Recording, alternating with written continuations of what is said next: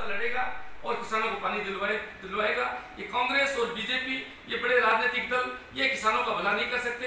अगर ये भला करते तो अब कांग्रेस के 5 महीने तक सिंचाई सुविधा जो निरस्त की गई है वो निरस्त नहीं रहती। अगर बीजेपी के राज में होता तो हम लोगों को बीजेपी के शासन के दौरान भी आंदोलन करने पड़े थे और किसानों को लड़के ही पानी लेने पड़े थे। 7 किसान जो शहीद हुए थे वो बीजेपी के शासन काल में ही हुए थे और उसके बाद में किसानों को पानी मिला। लोगों का कहना है कि एक राजनीतिक प्रोपेगेंडा रच रहे हैं, जिसमें माकपा पार्टी है, आम आदमी पार्टी है या अन्य जो जिम्मेदार पार्टी के जो कार्यकर्ता हैं वो अपनी राजनीतिक रोटियां सेकने के लिए इस मुद्दे को भड़काऊ कर रहे हैं। ऐसा कुछ भी नहीं है। अगर किसानों के लिए संघर्ष को राजनीतिक पार्टियां राजनीति मानती है तो हम निश्चित रूप से राजनीति करेंगे और बढ़ चढ़ के राजनीति करेंगे। अगर किसानों को हमारे लड़ने से, हमारे राजनीति करने से अगर किसानों का भला होता है, किसानों को पानी मिलता है, किसानों को फसलों के भाव मिलते हैं और किसानों का अगर हित होता है तो निश्चित रूप से हमें ये चैलेंज भी स्वीकार है। लेकिन राजनीति वो लोग करते हैं जब सरकार चेंज होने के बाद अलग अलग लोग हमारे साथ आते हैं। जब बीजेपी का, हमने बताया कि जब बीजेपी का राज होता है तो कांग्रेस के लोग हमारे साथ होते हैं और जब कांग्रेस का राज होता है तो बीजेपी के लोग हमारे साथ होते हैं।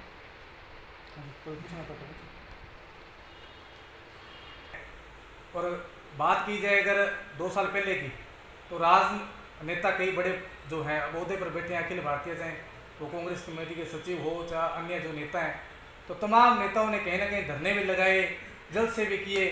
उनके बारे में क्या कहना चाहेंगे जिसका चुप्पी साध रखी है? वो सारे बरसाती मेंढक हैं। जब उनकी सरकार नहीं थी तब वो निकल के आते हैं और धरना प्रदर्शन करते हैं। जब उनकी सरकार आ गई उसके बाद में एक बयान नहीं आया। पिछले 2 साल के दौरान जो यहाँ से 80,000 से ज़्यादा वोट लेके चाहे दूसरे नंबर पे रहे हो चाहे वो जीते हुए उम्मीदवार हो, 80,000 वोट लेने वाला भी आज एक बार भी कि किसानों के पक्ष में बयान जारी नहीं हुआ कि किसानों को पानी चाहिए, किसानों की फसलें खराब हो रही है, किसानों का भविष्य खराब हो रहा है, एक स्टेटमेंट भी जारी नहीं हुआ। यही तो दुख की बात है। मेंढक जी क्या कहना चाहेंगे, अब किस प्रकार आगे की रूपरेखा आपकी रहेगी? जिसका प्रेस वार्ता आपने बुलाई है, क्या चल रहा है? 22 तारीख को घेराव होगा, उसके बाद वहाँ बैठ के तय करेंगे भी आगे क्या करना है, क्या करना नहीं करना चाहिए। पानी मिलना चाहिए, रेगुलेशन जारी होना चाहिए, किसान बचना चाहिए, उसकी जीविका ही उस पर चलती है। आज खेतों में हरा नहीं है, चारा नहीं है, पशुधन भी मर रहा है, वो क्या करेंगे?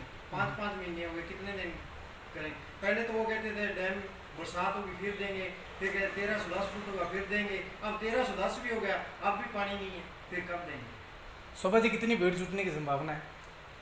देखिए सर, सामड़ी की जो फसल है उसका आप जाके गरसाना क्षेत्र के, रावला क्षेत्र के खेतों में देखोगे एक तिनका भी आपको देखने के लिए नहीं मिलेगा।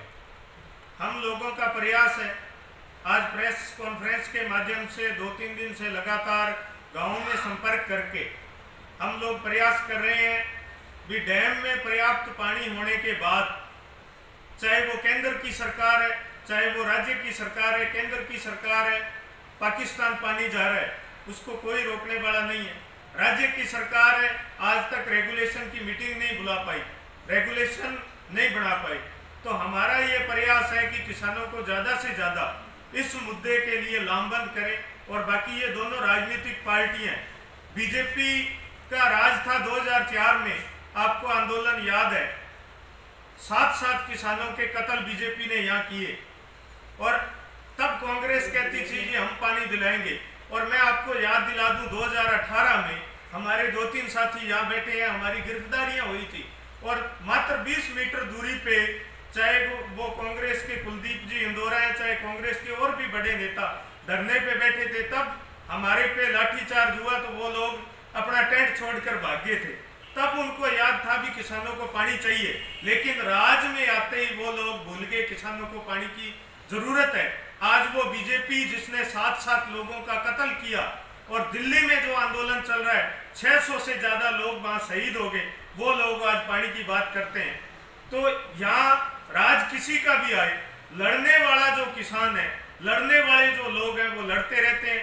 जब कांग्रेस का राज है तो बीजेपी के लोग पानी की बात करते हैं और जब बीजेपी का राज है तो कांग्रेस के लोग पानी की बात करते हैं, दूसरे लोग इसको राजनीति बताते हैं। ये चलता है, लेकिन लड़ने वाले लोग हैं वो आज भी लड़ेंगे। हमारा पूरा प्रयास है आने वाली जो 22 तारीख है उसके अंदर प्रत्येक किसान मजदूर को इस आंदोलन में शामिल करने का हम प्रयास करेंगे। बिल्कुल 2004-5 की बात की है, अजमेर समझौता सत्यप्रकाश जी लागू हुआ था, लेकिन कहीं ना कहीं वो एक भुनभुनाते हुए तरीके की तरह रह गया। वो सामने स्पष्ट नहीं आया। इतने बड़े बड़े कद्दावर नेता थे और कह रहे थे अजमेर समझौता लागू हो गया, हमें पानी पूरा दिया जाएगा, और विधायक भी आपका बना दिया गया था। तो इसके बारे में क्या कहेंगे आप? उस वक्त बीजेपी की सरकार थी और बीजेपी की मुख्यमंत्री के साथ किसान नेताओं का समझौता हुआ था अजमेर जेल के अंदर कि किसानों को जो है वो पूरा पानी दिया जाएगा। अजमेर समझौता है जो हूबहू लागू करेंगे, लेकिन उस सरकार ने नहीं किया। उस वक्त कांग्रेस कह रही थी कि अगर बीजेपी की सरकार चलेगी और कांग्रेस की सरकार बन गई तो हम लोग लागू करेंगे। कांग्रेस उस वक्त आंदोलन में साथ थी। कांग्रेस ने कहा था कि अगर बीजेपी की सरकार अगर गद्दारी करती है, वो समझौता अजमेर समझौता लागू नहीं करती है, तो हमारी सरकार बनते ही हम लागू करेंगे। तो विधानसभा में आपकी किलकारी कहीं कहीं गूंज रही थी, विधानसभा में आपकी किलकारी गूंज रही थी, वो कहाँ गई?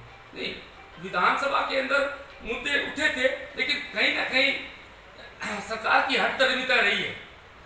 सरकार चाहे कांग्रेस की हो चाहे बीजेपी की हो, विधानसभा के अंदर भी नहीं सुनी और सड़कों के अंदर भी नहीं सुनी। लेकिन किसान आज भी संघर्ष करके पानी ले रहे हैं। जब भी जरूरत पड़ती है तो किसानों को संघर्ष के बल पर ही पानी मिलता है। ना तो कोई सरकार देती है, ना कोई विपक्ष के लोग साथ आके किसानों को पानी दिलाते हैं।